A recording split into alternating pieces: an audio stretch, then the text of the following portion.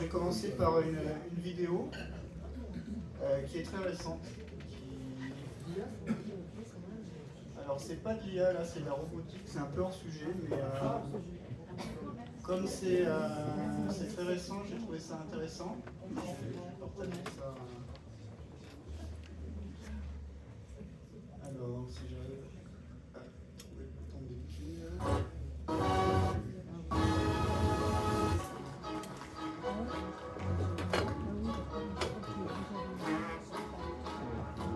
Passé à l'occasion du gala du Nouvel An chinois. Ça a été suivi par 600 millions de Chinois.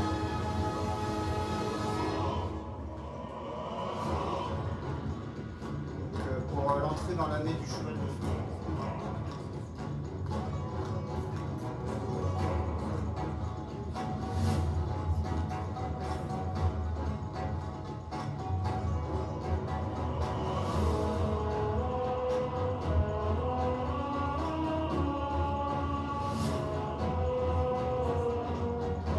Je ne sais pas si vous avez trop suivi les actualités sur la robotique.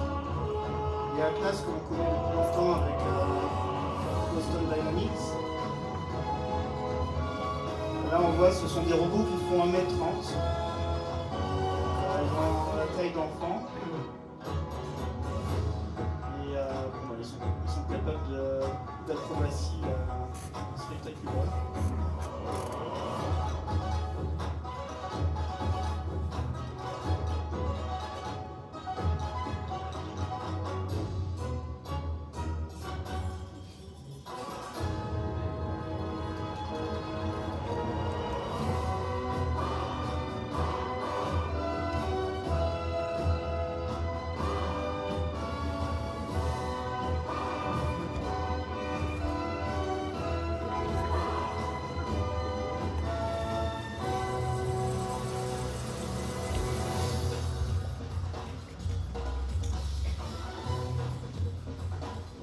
J'ai mis une version de 5 minutes parce que je pense qu'il faut pouvoir avoir un peu de temps quand même pour s'imprégner des capacités de ces robots.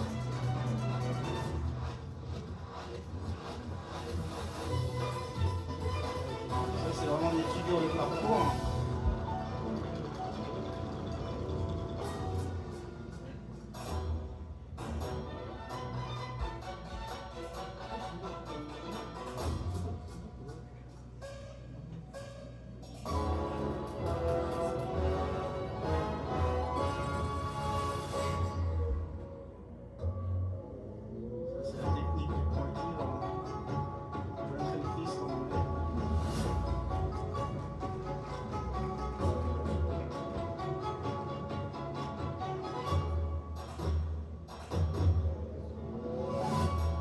C'est les bouteilles de saké.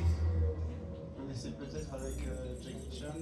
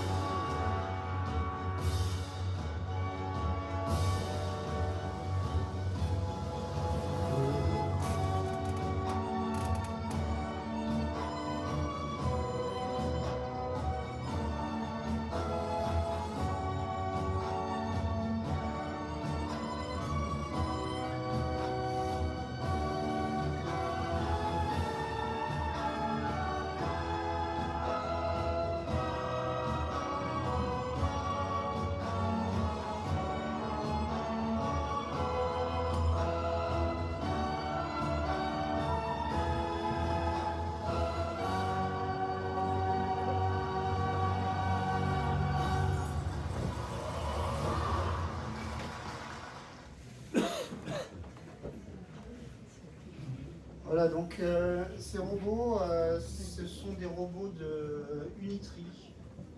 C'est une société de robotique. Elle en a vendu 5500 en 2025 et elle prévoit d'en vendre entre 10 000 et 20 000 d'ici l'an prochain. Donc pour l'instant, c'est pas encore vraiment tout à fait d'actualité, mais si on extrapole un peu les chiffres, sachant que ce ne sont pas les seuls constructeurs, hein, on a bien sûr Optimus avec le président de Tesla. Il y a Atlas et il y en a bien d'autres, il y a Figure One. Donc on peut estimer qu'en 2026, alors ce sont des chiffres que j'ai un peu tirés ça du chapeau pour l'estimation, donc il y aura peut-être environ 40 000 unités qui seront vendues. En 2027, 100 000. En 28, 250 000. Et en 2030, on pourra atteindre 500 000 unités. Donc au total, il y aurait presque 1 million de robots. Ce qui fait qu'en 2030, finalement, ces robots, on va y être habitués et on arrive dans un nouveau changement de société.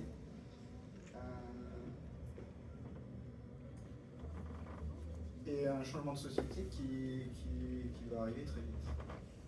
Donc c'est un peu hors sujet, mais c'est quand même des IA qui permettent d'agir sur ces robots, de pouvoir faire qu'ils marchent, qu'ils se déplacent, qu'ils fassent ces figures. Alors, je vais commencer maintenant avec... Il y en avait un sur la place de la Comédie en décembre, moi qui le manipulait, je n'ai pas réussi à savoir. D'accord.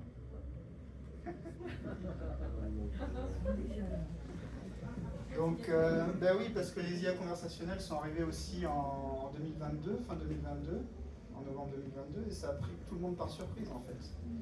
Les robots arrivent plus progressivement parce qu'il y a du matériel.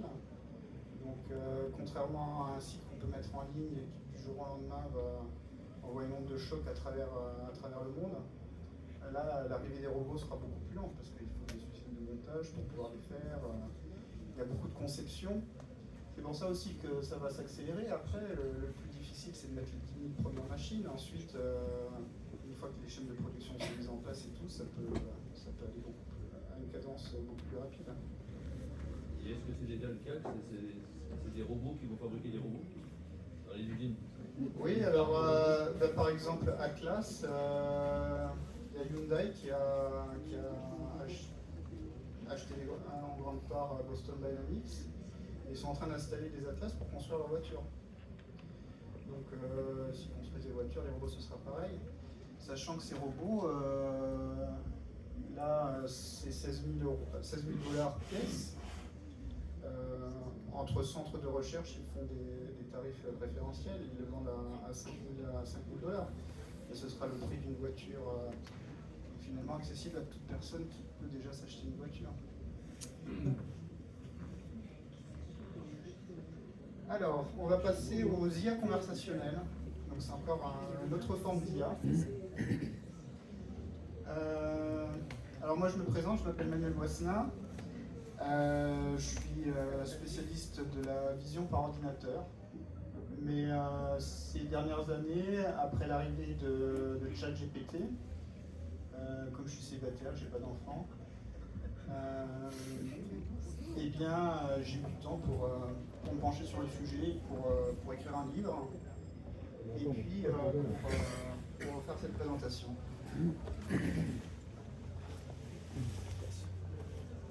Alors, je vais d'abord vous parler de la conscience. Essayer de comprendre ce que c'est que la conscience. C'est un des sujets, finalement, que la plupart des scientifiques qui nous parlent des IA conversationnelles... Désolé, pardon. N'aiment pas trop s'approcher parce que c'est assez compliqué et difficile à définir. Donc ce que je vais faire, je vais vous faire plusieurs explications tout au long de cette conférence pour que vous ayez un bon sens de ce que c'est. Avant de vous donner une définition que je pourrais vous donner maintenant, mais qui serait trop réductrice, qui ne permettrait pas forcément de capter bien à quoi correspond la conscience. Donc, déjà, qu'est-ce que c'est? C'est pas un objet. Donc, si on essaye de la représenter, ça n'est pas évident. Là, j'ai demandé à ChatGPT de me faire un dessin de la conscience il y a quelques années qui m'avait sorti ça. Voilà, donc comment se représenter la conscience? C'est quelque chose d'abstrait, donc c'est difficile à représenter. Et bon, nous allons voir un peu quelle en est sa nature.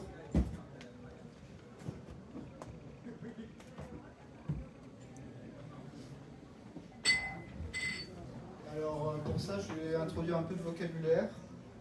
Je vais parler de la conscience phénoménale et la conscience subjective.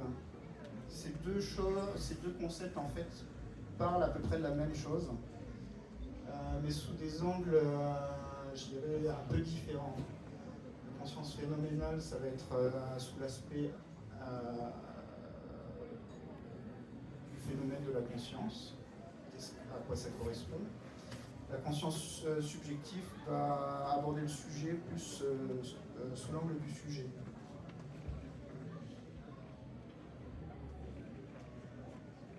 Alors, prenons par exemple un lac lisse qui n'est pas agité par le vent, et envoyons-y un caillou. Il va y avoir des ondes qui vont se produire à la surface, et ces ondes typiquement sont un phénomène. Un phénomène, c'est quelque chose qui peut se mesurer. C'est quelque chose qui est présent qu'on peut mesurer dans la nature. Donc là, on pourrait prendre la hauteur des vagues, le nombre des vagues, la façon dont elles s'estompent. Et donc faire tout un tas de mesures pour caractériser ce phénomène.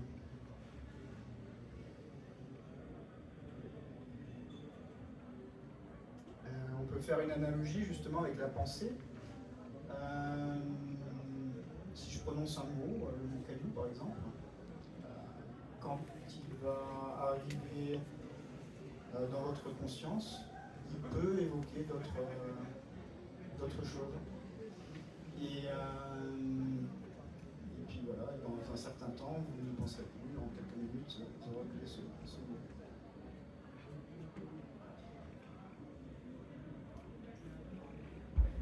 En réalité, quand je vous parle, ça correspondra à quelque chose qui va être beaucoup plus complexe, un peu comme la pluie qui va agiter une flaque. Donc,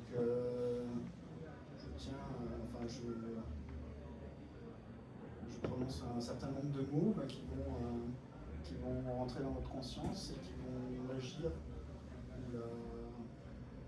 l'altérer d'une certaine façon différemment, avec des motifs complexes en fonction de comment vous interprétez les mots que je vous dis. Finalement, les mots, si on revient à Saussure, il y a deux choses. Il y a le signifiant, c'est le mot brut. Il y a le signifié, ce qui est le mot qui va être qui est signifié, ce à quoi on pense quand on prononce ce mot. Et bien sûr, il y a un troisième facteur qui est l'interprétant. Donc chacun de vous interprétera légèrement différemment les mots que je prononce. En fonction de votre expérience, ce que ça fait résonner en vous. Donc la conscience phénoménale, c'est finalement ce qui se produit en vous à ce moment-là. Typiquement, vous voyez l'espace qui vous entoure, et donc vous créez un espace 3D autour de vous qui en réalité est dans votre esprit. C'est une construction de votre esprit qui analyse la lumière qui arrive à vos yeux. Vous avez l'impression de le voir à l'extérieur de vous parce que vous voyez aussi votre corps. Mais en réalité, tout ça, a priori, se produit au niveau du cerveau. Alors en philosophie, on parle du sensible, ce que l'on perçoit. Donc le sensible, ça va être cette table, cette chaise. Et on fait donc la distinction entre le phénoménal, qui est comment vous percevez la table, et le nouménal, qui est cette table dans la réalité, et, dont vous ne connaissez pas forcément la nature, vous ne savez pas si c'est peut-être du métal ou du plastique ou un autre matériau. Donc ça, ce sont les catégories proposées par Kant. Sartre, lui, parle plutôt de pour soi et dans soi. Donc il va y avoir la table en soi, qui est un objet, et il va y avoir la table pour soi, qui est la représentation que vous faites, la façon dont vous percevez cette table, et l'image, en image ou l'objet 3D que vous percevez. Donc ça va être la table pour soi, c'est le phénomène. Donc là, on a un phénomène, contrairement aux ondes sur le lac, qui est interne. C'est quelque chose qui se passe en interne. Et ça pose pas mal de problèmes justement aux scientifiques, parce que comment on fait pour mesurer ça? Alors évidemment, on peut demander au sujet de rapporter ce qu'il voit, ou en le disant, ou bien en le peignant. Ça, on sait faire, disons, depuis le début du XXe siècle, hein, on va dire, avec les débuts de la psychologie, même avant, mais quand on a commencé à réellement étudier la question de façon scientifique, c'est un des moyens que l'on a à sa portée. Et évidemment, au cours du XXe siècle, il y a eu tout un ensemble de techniques, comme les EEG, les électroencéphalogrammes, les IRM, structurels, fonctionnels, qui permettent de mesurer finalement le phénomène qui se produit au sein du crâne, de la tête, donc au sein du cerveau. Et par exemple ici on a ce qu'on appelle des IRM fonctionnels, fMRI, Functional Magnéto-Résonance Imagerie, à peu près comme ça. Donc en fait, quand le sujet est exposé à un texte, des sons, on peut voir quelles zones du cerveau sont activées. C'est comme ça aussi qu'on étudie le fonctionnement du cerveau. Et voilà pourquoi on pense que le cerveau est en grande partie situé au niveau. Pourquoi la conscience est en grande partie située au niveau du cerveau. Ce sont un petit peu les mesures du phénomène qui se produit au sein de notre tête.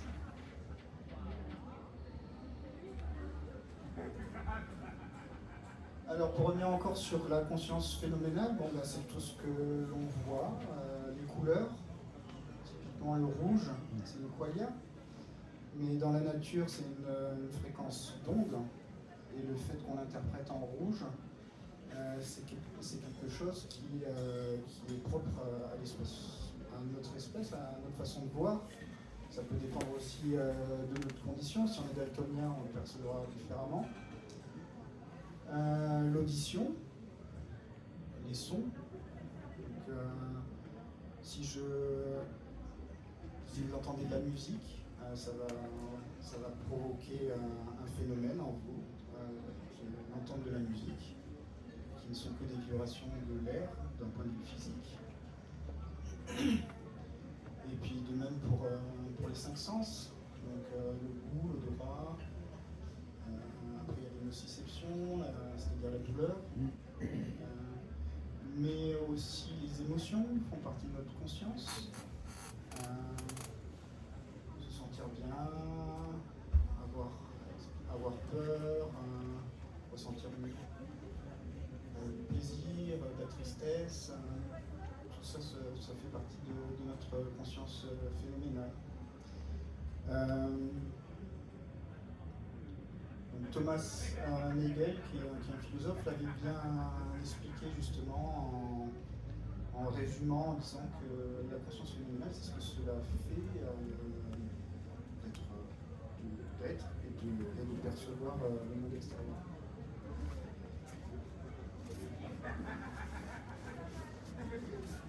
Alors évidemment, les animaux ont des perceptions différentes. Ils n'ont pas tout à fait le même système réceptif, les mêmes capteurs. On prend une vision un peu robotique.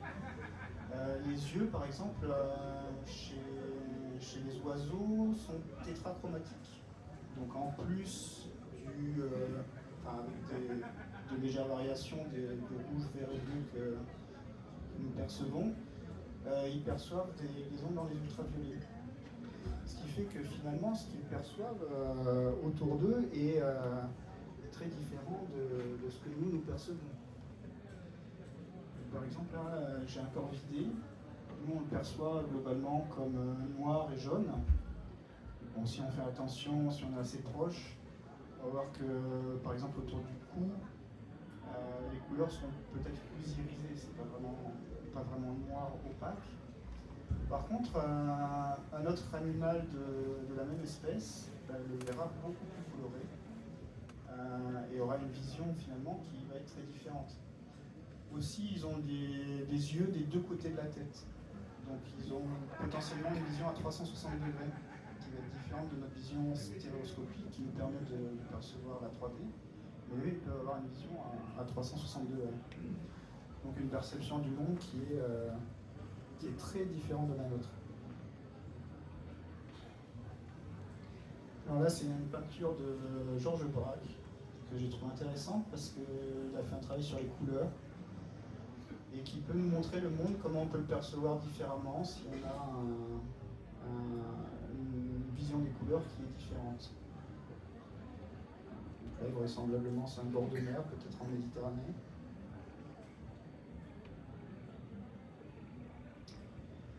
Donc, tout ce dont je vous ai parlé là jusqu'à présent, il s'agit de conscience perceptuelle.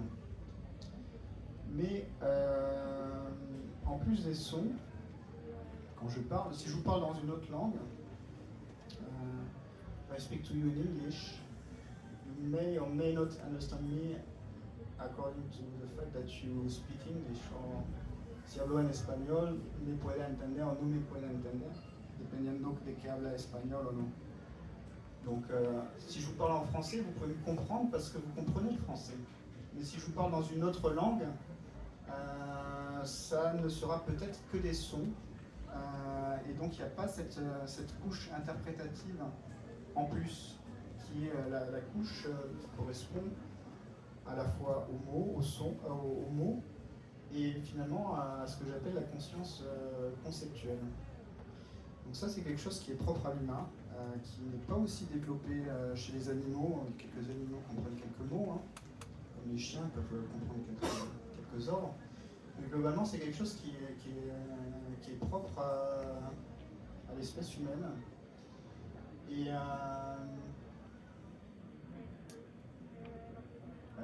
qui est différent de la conscience phénoménale que beaucoup d'animaux ont. On pourra en discuter un peu plus. Mais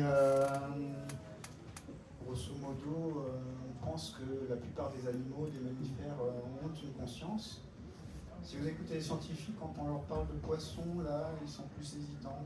Je pose la question, est-ce que les poissons sont un peu comme des robots? Si on revient à Descartes au XVIIe siècle, lui pensait que les chiens étaient un peu comme des robots, finalement qu'ils agissaient qu'avec des réflexes, qu'ils n'avaient pas une conscience réelle de leur environnement. Aujourd'hui, mais c'est très récent, hein, ça date de la déclaration de Cambridge en 2012, on reconnaît que les mammifères, c'est reconnu par de nombreux scientifiques, ont probablement une conscience. Les oiseaux, par exemple, non seulement ils ont une conscience, je dirais, phénoménale, hein, c'est-à-dire une conscience de leur environnement, ils ont une façon de le percevoir qui est probablement une synthèse unifiée de ce qu'ils perçoivent. Mais aussi, ils ont des capacités cognitives qui fait qu'on leur attribue une certaine intelligence. Ils peuvent prendre des bâtons pour aller chercher des graines, ils stockent des graines, par exemple, pour l'hiver. Ils se rappellent des endroits où ils les ont stockées. On pense que cette vision on peut robotiser l'animal, en fait ne tient pas. Et on pourrait dire la même chose aussi pour peut-être pour les insectes. Les abeilles en particulier, même si elles ont un cerveau avec 1 million de neurones, c'est très peu par rapport aux 100 milliards de neurones que nous avons dans nos cerveaux. Les insectes, les abeilles sont capables d'indiquer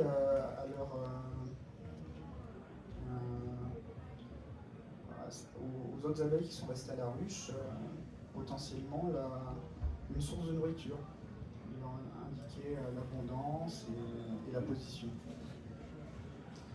Ce qui fait que on se pose pas mal de questions sur ce sujet. Il y a eu une déclaration en 2024, c'est-à-dire que c'est récent et c'est probablement été aussi poussé par les IA conversationnelles, parce qu'on se pose aussi des questions sur la conscience des IA conversationnelles. Il y a la déclaration en 2024 qui reconnaît que pas mal de mollusques, les céphalopodes, ont une conscience. Alors on parle plutôt de sentience là, parce qu'on s'intéresse tout d'abord à la conscience phénoménale et à la capacité de souffrance ou de ressentir.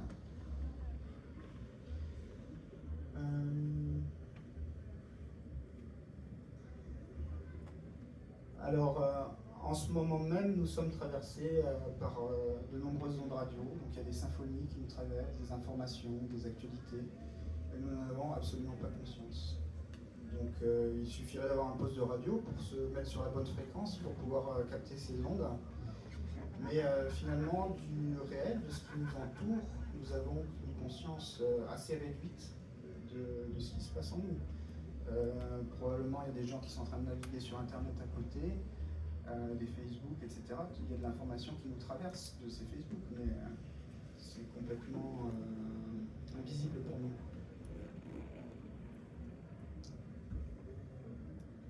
La conscience conceptuelle, elle nous permet donc d'aborder des sujets qui sont pas dans cette salle. Donc là, tout ce que je vous raconte, finalement, je ne serai pas là, il y aurait quelqu'un d'autre qui vous parlerait des AVC, la présentation précédente. Eh bien, vous auriez une conscience qui serait d'un sujet qui serait complètement différent. Et donc la conscience conceptuelle, avec la communication, avec ce que l'on véhicule, ce que l'on transmet au travers des mots, éventuellement d'images, de textes, eh bien, permet des états de conscience qui sont très différents selon ce que l'on perçoit. C'est pour ça que je pense qu'il faut bien parler de conscience quand on parle de conscience conceptuelle. Et c'est quelque chose qui est vraiment propre à l'humain. Et j'insiste un peu là-dessus parce que finalement ça correspond assez à ce que ces IA conversationnelles font. Alors, qu'en est-il pour les IA conversationnelles ? Là, je vous ai présenté un petit peu deux aspects de la conscience phénoménale et la conscience conceptuelle, ou perceptuelle, et la conscience conceptuelle. Alors moi, je vais essayer de vous montrer qu'elles ont bien une forme de compréhension. Je pourrais vous dire qu'elles ont une forme de compréhension et qu'elles sont conscientes. Mais si je vous dis ça comme ça, je pourrais vous dire l'inverse, ça n'a pas tellement de valeur en soi. Ce qui va être important, finalement, c'est les arguments que je vais vous présenter et pour que l'on puisse éventuellement s'accorder sur le sujet.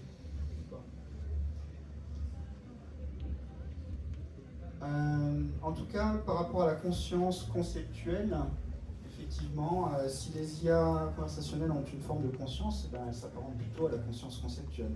Elles n'ont pas, a priori, de conscience phénoménale, c'est-à-dire qu'elles n'ont pas de ressenti de ce qui se passe en elles lorsqu'elles développent leurs réponses.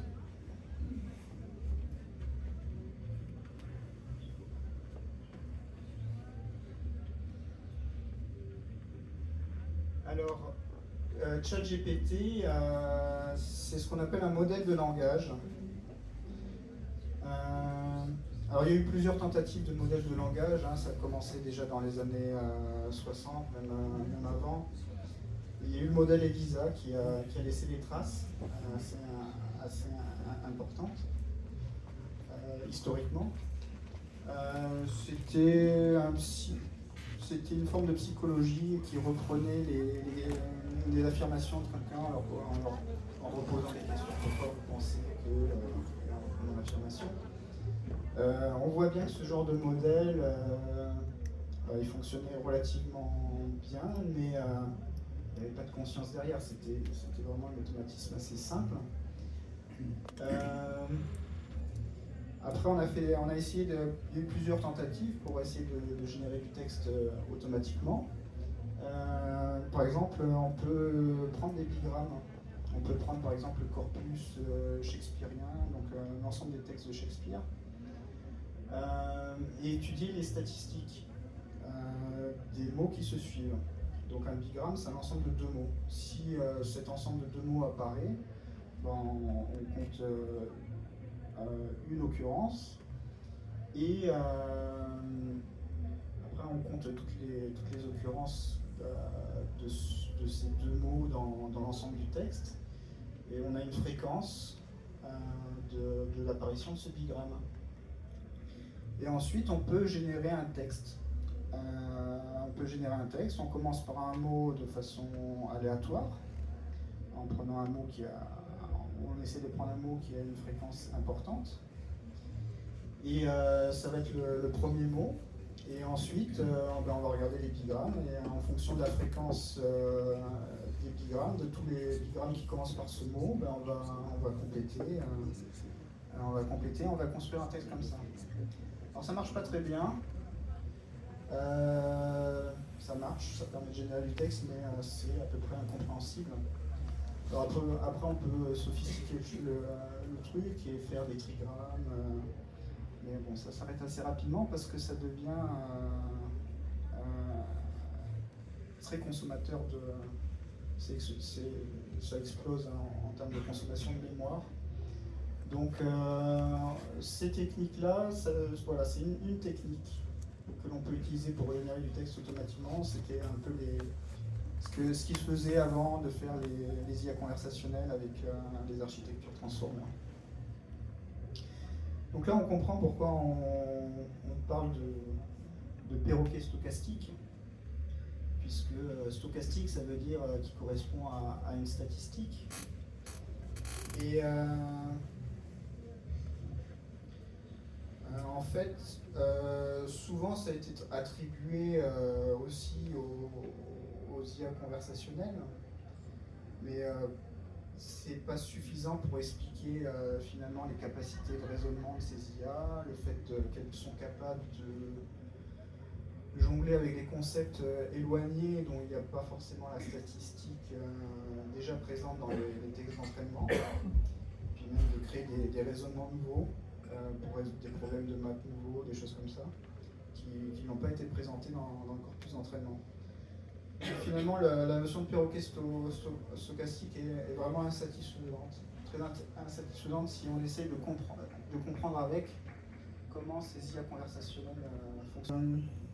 Là, pour revenir un petit peu d'un point de vue historique, OpenAI a lâché son modèle en novembre 2022.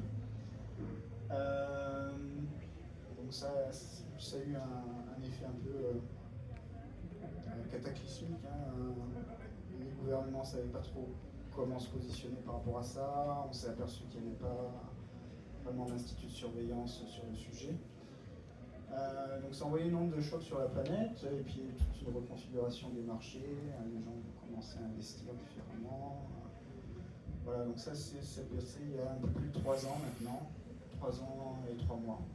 Donc les choses sont à peu près revenues, se sont à peu près apaisées, même si il continue à y avoir, selon les milieux, des inquiétudes plus ou moins fortes. Alors aujourd'hui, donc ChatGPT, alors je l'appelle moi GPT-22 pour faire un peu comme Covid-19, ce qui permet aussi de se rappeler de la date d'apparition. Actuellement, on a la version, donc c'était la version ChatGPT, c'était 3.5, on est passé à la version 5.2 il y a quelques mois. J'ai mis la version 3, Mistral, qui est apparu un peu plus tard, un an après. Un modèle assez robuste. Il y a les Chinois qui ont introduit DeepSeek, là, il y a un peu plus d'un an, qui a fait une révolution aussi, qui a envoyé nombre de chocs au niveau des marchés financiers. Chez X, on a Grok, donc chez Tesla, Elon Musk. Claude, Anthropic. Moi j'appelle ça les GoMax pour Google, OpenAI, qui est derrière ChatGPT. Mistral, on a Microsoft aussi, mais bon, on va rester français, Mistral. Anthropic qui est derrière Claude et X qui est derrière Grok.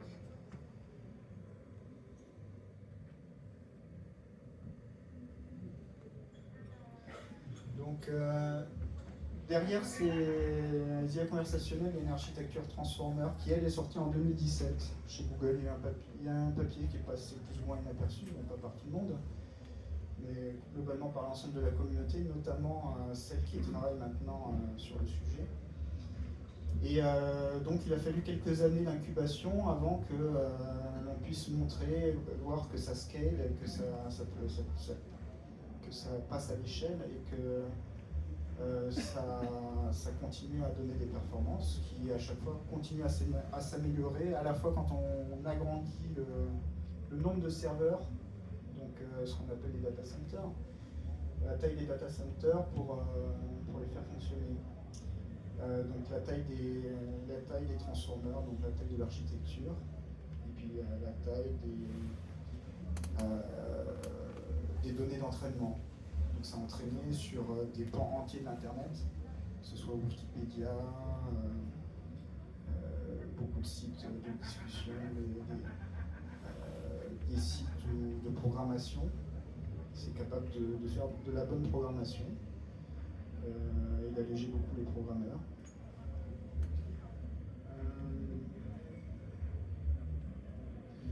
Donc, je ne vais pas rentrer dans le détail des transformers, mais grosso modo,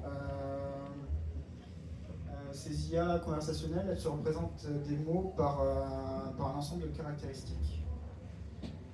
C'est ce qui leur permet, c'est ce qui va leur permettre de comprendre, de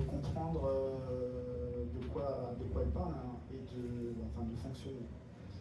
Donc je vais revenir un petit peu, je vais revenir là-dessus un peu plus tard. Bon, sur l'historique, je vous passe un peu les détails. J'ai rapidement brossé le tableau. Quand ils ont sorti, Sam Altman, c'est le CEO d'OpenAI. Il a été interrogé par le Congrès américain quelques mois après. Donc, il y a eu beaucoup de questions au niveau des gouvernements pour savoir qu'est-ce qu'on faisait face à ces nouvelles technologies, de quoi il s'agissait. Et puis quels pouvaient être les impacts futurs. Il y a eu une première conférence d'urgence qui a été faite en mai 2023 par le G7, la conférence de Hiroshima. Donc ils ont commencé à aborder le sujet de façon internationale à ce moment-là. Puis il y a eu un certain nombre de conférences internationales. En même temps, il y avait l'AI Act qui était dans les tuyaux au niveau de l'Europe, notamment, alors pas par rapport aux IA conversationnelles, mais aux IA de façon plus générale, qui imposent certaines choses, par exemple qu'on ne veut pas d'IA qui puisse impacter de façon subliminale les gens. Pas trop en tout cas. Alors en France, il n'y avait personne il n'y avait aucun organisme pour pouvoir répondre aux questions. La clinique s'en est chargée pendant un peu de temps. Et finalement, après la conférence de Bletchley en Angleterre, c'était Paris qui a organisé la conférence suivante. Et ils ont aussi créé un institut national pour l'évaluation de la sécurité de l'IA, l'INESIA, donc qui est censé prendre en compte toutes ces problématiques de confiance, par exemple. Parce que même si les IA conversationnelles ne sont pas conscientes, il se pourrait que l'on fasse en fait d'autres IA sur des principes différents qui elles, pourraient avoir des aspects de conscience phénoménale. Ça, c'est encore un autre problème. Là, il y a quelques jours, il y a le sommet mondial sur l'IA à New Delhi qui vient de se terminer. Bon, je n'ai pas fait détails, mais l'an dernier c'était à Paris et juste avant à Séoul. Alors la compréhension des IA, déjà, c'est un sujet qui continue à faire polémique. Pour moi, il me paraît assez clair qu'elles comprennent. Je vais vous donner des arguments qui me semblent suffisants pour le montrer.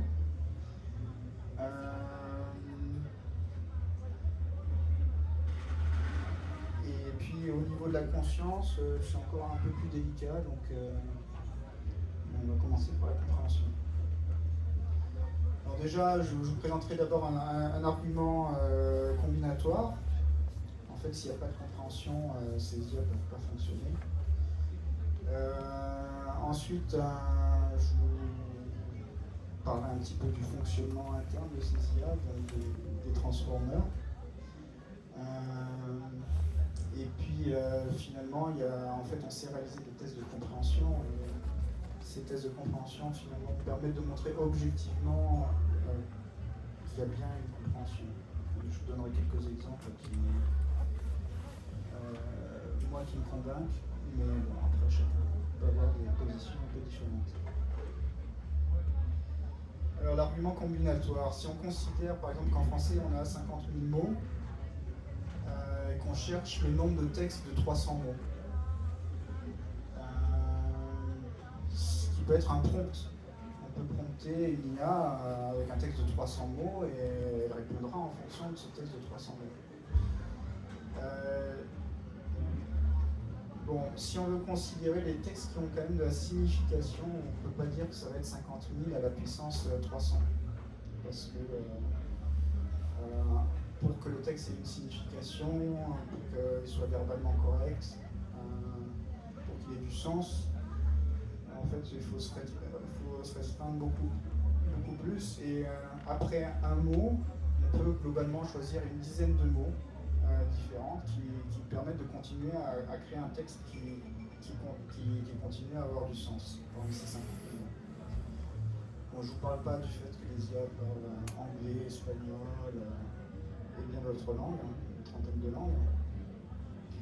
Mais si on suppose qu'il y a pour chaque position à peu près 3,5 mots de possible en moyenne, ça ferait le nombre de textes possibles qui auraient du sens serait de l'ordre de 3,5 à la puissance 300, ce qui correspond à quelque chose de très supérieur à 10 puissance 150. Sachant que dans l'univers on a 10 puissance 80 atomes, c'est un chiffre qui est considérable, quasiment inimaginable en fait. Et donc évidemment, on ne peut pas stocker toutes ces informations. Un centre de données d'une petite entreprise, ça va faire quelques milliers de téra, quelques centaines de pétas peut-être. Ça veut dire 10 puissance 15, 60, ça fait 10 puissance 17. Ce qui est un chiffre qui est vraiment très faible devant cette 10 puissance 150. Bon, là, on a des ordres de grandeur qui sont incommensurables, si ce n'est qu'on a le nombre d'atomes dans l'univers qui fait 10 puissance 80, qui nous donne un point de repère, mais c'est difficilement imaginable. Donc ces IA, elles sont capables de répondre de façon cohérente à tous ces textes de 300 mots.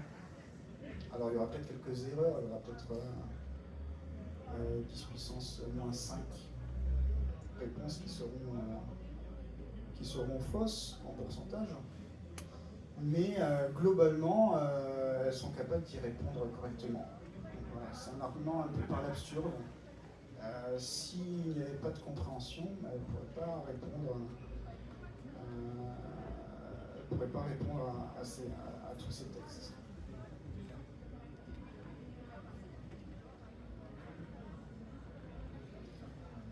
Bon, au niveau du fonctionnement, en fait, un mot, ça va correspondre à un ensemble de caractéristiques. Donc, par exemple, là j'ai mis la pomme. L'IA conversationnelle, en lisant tous ces textes, elle sait qu'elle va être rouge, qu'il va y avoir des liens avec Newton, avec la pomme qui est tombée, qui va donner l'idée de la gravité. Elle va être craquante, bon, elle ne va pas être forcément rouge, elle peut prendre beaucoup de teintes différentes. Et donc, il y a tout un champ qui va être associé à la pomme et qui va être résumé dans ses caractéristiques. Ces caractéristiques, finalement, ces mots sont représentés par un vecteur. Si vous connaissez en maths les vecteurs, c'est des vecteurs de dimension entre 700 et 18 000. C'est-à-dire qu'il y a entre 700 et 18 000 caractéristiques qui sont associées à chaque mot, et ces caractéristiques, non seulement elles apprennent des choses sur les mots, mais aussi comment ces mots se combinent entre eux. Donc il y a beaucoup d'informations qui est résumée là-dedans. Et cette information, elle est apprise lorsque l'on fait lire aux IA des textes. Lorsqu'on leur fait lire, par exemple, des pans entiers d'Internet, on essaie de leur faire prédire le mot suivant. Si elles arrivent à prédire le mot suivant, ben, on ne fait rien. Si par contre elles ne le prédisent pas, on va changer un petit peu les poids, à la fois les poids du réseau de neurones, mais aussi les poids des mots, pour qu'il y ait plus de chances de prédire le bon mot. Et à force de faire ça sur des textes, sur des quantités de textes de plusieurs centaines de gigaoctets, on va en voir plus en fait. Eh bien, elles finissent par apprendre les caractéristiques de ces mots. Et aussi, quand elles voient les mots, après, de savoir comment faire pour, en fonction d'un contexte, donc un mot va être associé évidemment à un contexte, il va se situer dans le reste d'un texte, pouvoir prédire le mot suivant correctement. Donc implicitement, il y en a qui pensent que ces IA créent un modèle du monde, et ce modèle du monde est enregistré à la fois dans les vecteurs de ces mots, mais aussi dans les poids de son réseau de neurones qui interagit avec ces mots. Et chaque IA va apprendre différemment. Au début, ces vecteurs sont initialisés de façon aléatoire, et puis au fur et à mesure des apprentissages, ils vont prendre leurs caractéristiques. Mais ce qui fait que Gemini ne va pas du tout avoir la même vision du monde que Grok ou un autre. Et chaque IA a en quelque sorte sa personnalité.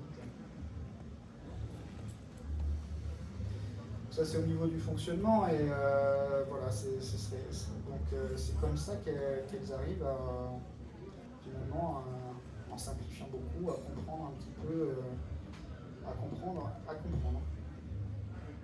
Donc c'est une forme de compréhension qui est liée à la géométrie des mots en réalité. C'est une forme de compréhension géométrique qui est différente finalement de la façon dont on comprend nous.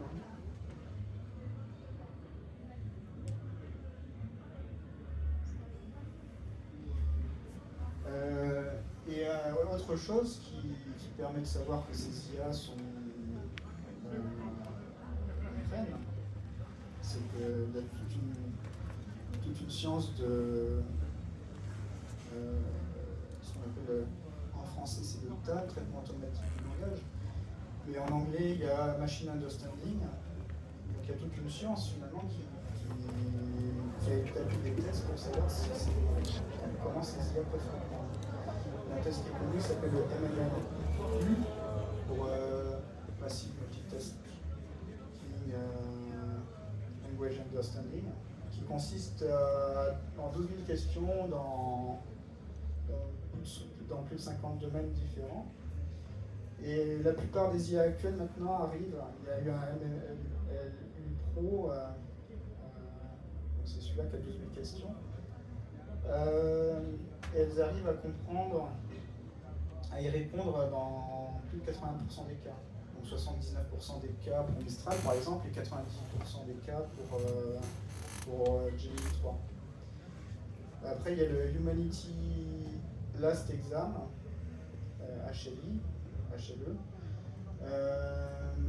C'est des questions très compliquées, type postgraduate, donc second cycle, voire troisième cycle, donc après la licence.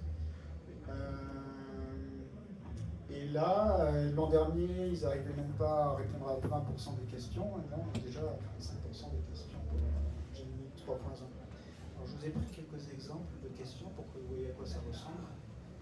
Donc pour le MMLU, il y a 57 domaines. Ça va de la biologie, du business, de l'économie, de la santé, des maths, de la philo, psycho, droit, l'ingénierie et beaucoup d'autres. Là, on a une question de maths. À vrai dire, je ne comprends même pas la question parce que c'est suffisamment spécialisé pour que, même si j'ai fait des maths, c'est un peu vexant, mais je ne sais pas c'est quoi la caractéristique de l'anneau de Z. Donc on voit qu'il a 10 réponses possibles, c'est-à-dire que s'il répond au hasard, il a une chance sur 10 d'avoir la bonne réponse. Donc il faut vraiment qu'il tombe sur, faut vraiment qu'il connaisse la réponse pour arriver à 90% de bonnes réponses. Donc ça veut dire qu'il comprend la question, qu'il a les connaissances qui sont associées à la compréhension, donc finalement on voit qu'elle est liée aussi à la connaissance. Et qu'il interprète correctement pour donner un problème. J'ai dû demander à Génie justement qu'est-ce que c'est que la caractéristique. Il m'a expliqué un truc que je n'ai pas trop compris, mais globalement la réponse ici, ça devrait être 0. Un autre exemple du MMLU, c'est une question business. Donc là, c'est des mots à compléter. Voilà. Je vais vous laisser regarder, mais c'est pas évident. Moi, j'ai passé 2 minutes, je n'ai pas trouvé la réponse. Enfin, j'ai pas vu trop la réponse, mais parmi 10 choix encore, il faut trouver ceux qui correspondraient pour compléter la phrase de façon correcte.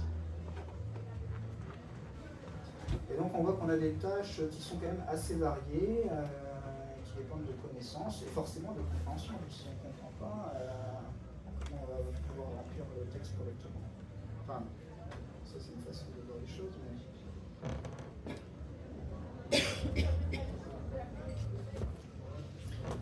Un autre exemple. Ça, c'est le Humanity Last Exam.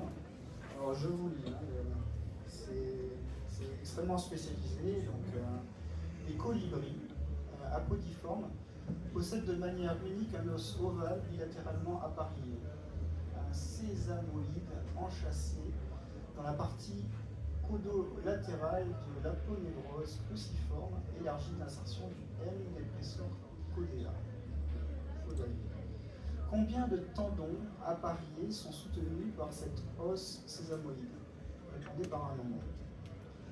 Bon, là, c'est une question de connaissance extrêmement précise. Il s'avère que ces IA ont des capacités quand même de stockage. Alors, elles ont quand même quelques milliards de points pour enregistrer toutes ces informations, mais quand on voit la richesse d'informations qu'il peut y avoir pour qu'elles puissent répondre à des questions aussi spécialisées, pointues,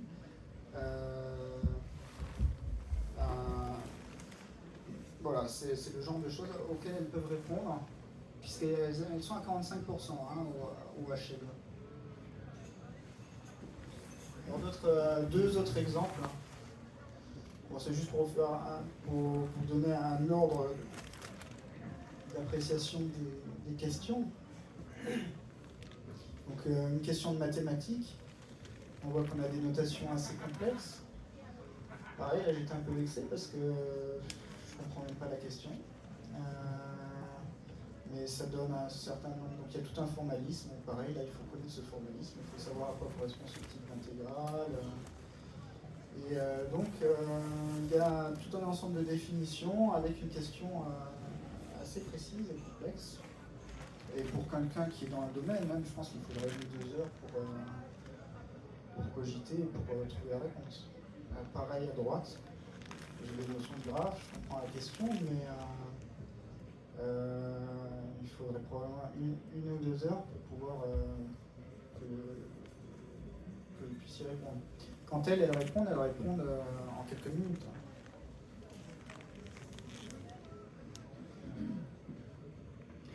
Donc voilà pour la compréhension.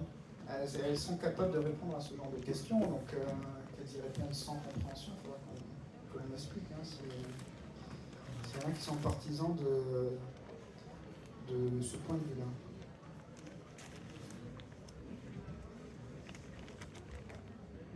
Alors, qu'en est-il pour la conscience?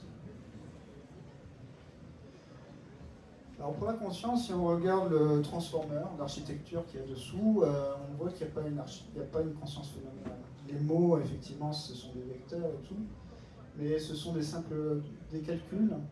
Donc a priori, il n'y a pas de conscience phénoménale, il n'y a pas de conscience subjective. Il n'y a pas un centre, il y a un sujet dans ces transformers. Donc elles analysent le texte et répondent sur le mot. Mais il n'y a pas un système de supervision. On pourrait l'ajouter. Ça pourrait être une façon de créer une conscience à ces IA, et ça a probablement été pensé et testé déjà, sans aucun doute. Mais sur l'architecture transformer, qui est l'architecture, je dirais, simple, hein, qui est utilisée depuis le début et qui était présentée justement en open source, avant que les entreprises ne ferment leur code, il n'y a pas de conscience subjective. Cette architecture ne peut pas en prendre en compte. Donc s'il y a une forme de conscience, c'est par rapport à ce que je vous disais tout à l'heure, ce sera plutôt une conscience conceptuelle qui est sur le sens des mots. Mais qui n'est pas une conscience phénoménale.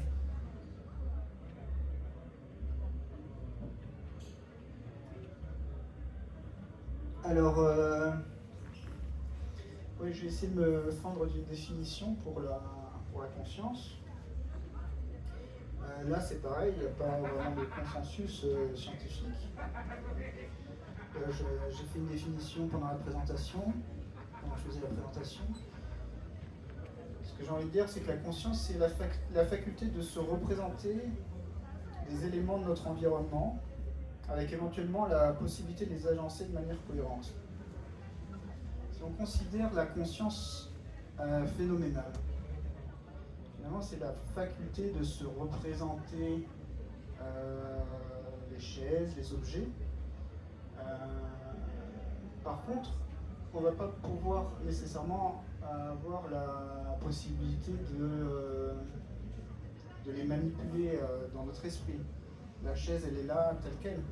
Après, effectivement, si je veux atteindre quelque chose de haut, je peux imaginer prendre la chaise, donc j'ai une faculté de planification. Mais même une fois que j'ai planifié la chose, tant que je n'ai pas bougé la chaise physiquement, dans mon champ de conscience phénoménal, visuel, la chaise reste à sa place. Par contre, pour tout ce qui va être des mots, des pensées, des abstractions, on peut élaborer, échafauder des choses assez facilement. Donc là, au niveau de la conscience conceptuelle, à nouveau, c'est bien une faculté de se représenter des éléments de notre environnement, en l'occurrence là qui seraient éventuellement absents de l'environnement, et on a la possibilité de les agencer de manière cohérente, pour qu'il y ait une cohérence de sens qui est plus ou moins implicite entre nous. Il y a un accord, il y a un consensus sur le sens qu'on donne aux mots, et qui permet donc d'avoir cette cohérence. Finalement, on peut dire que la conscience, c'est une faculté de synthèse. Je reprends ce que je mettais tout à l'heure, c'est que ça permet de représenter des éléments de notre environnement ou des éléments abstraits ou d'ailleurs, notamment pour la conscience conceptuelle, avec la possibilité de les manipuler, de les penser, de les agencer, tout en suivant un certain nombre de règles logiques qui sont propres à la pensée humaine.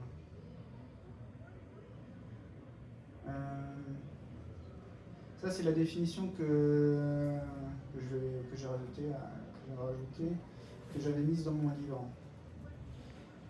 Finalement, la conscience, c'est un ensemble de processus.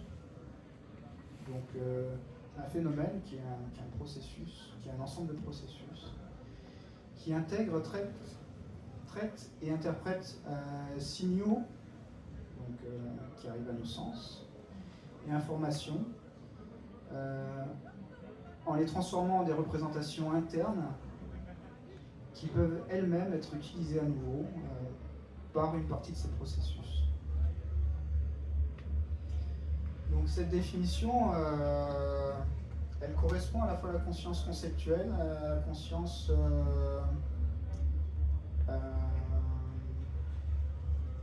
perceptuelle, modulo ce que je vous ai dit sur le fait qu'on ne change pas l'environnement virtuellement, complètement dans sa tête.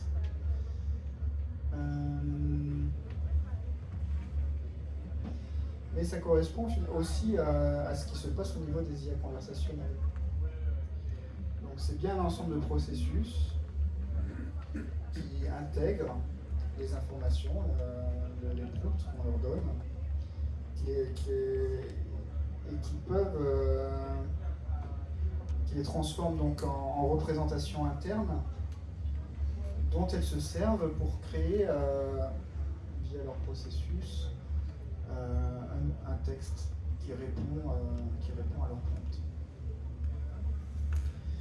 Donc si on accepte cette définition de la conscience, donc il n'y a pas de consensus encore, donc ça c'est une question de débat entre scientifiques. Est-ce qu'il manquerait des choses? Est-ce qu'il y a des choses entre nous? Est-ce qu'il y a des mots un peu différents qu'il faudrait utiliser? Mais en tout cas, ça correspond, ça semble bien vouloir dire que si on se base sur cette définition, on peut dire que les IA conversationnelles ont une forme de conscience.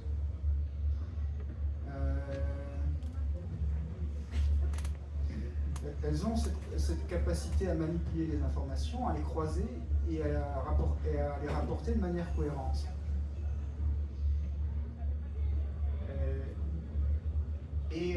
Alors les premiers LLM avaient beaucoup de problèmes de logique, et on a eu des modèles de raisonnement depuis. Et maintenant, on peut dire que ce sont des consciences à la fois logiques et sémantiques, même si elles sont dépourvues de ressenti, de conscience phénoménale. Et donc, je propose d'appeler ça, pour ne pas appeler ça conscience conceptuelle, d'appeler ça une conscience informationnelle.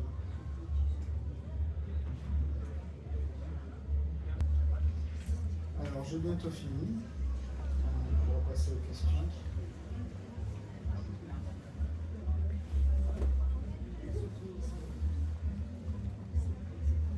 Alors, bon, moi, je suis affirmatif sur le fait qu'elles comprennent. J'ai donné quelques raisons.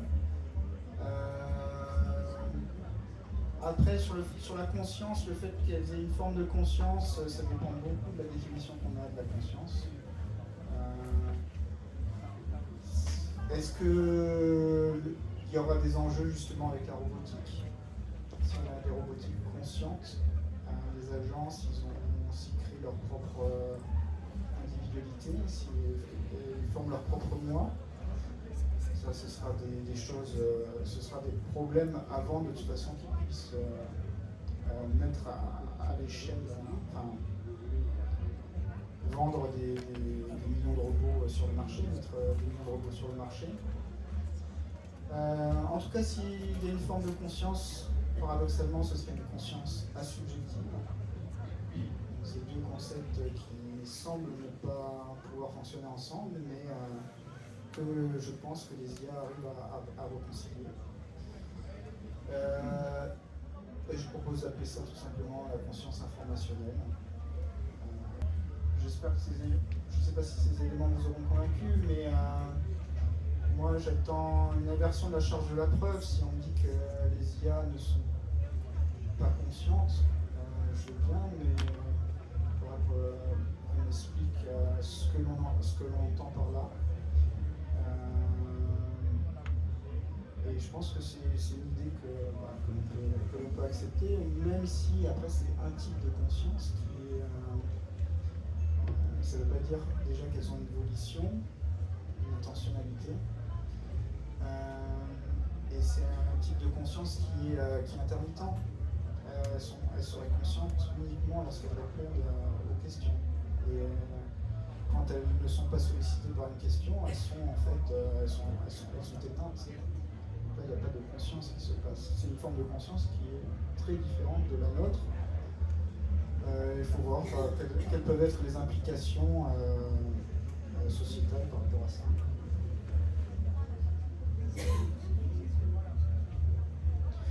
Donc évidemment, avec la robotique, alors il va y avoir des agents virtuels qui vont apparaître, qui sont là, qui sont potentiellement des assistants.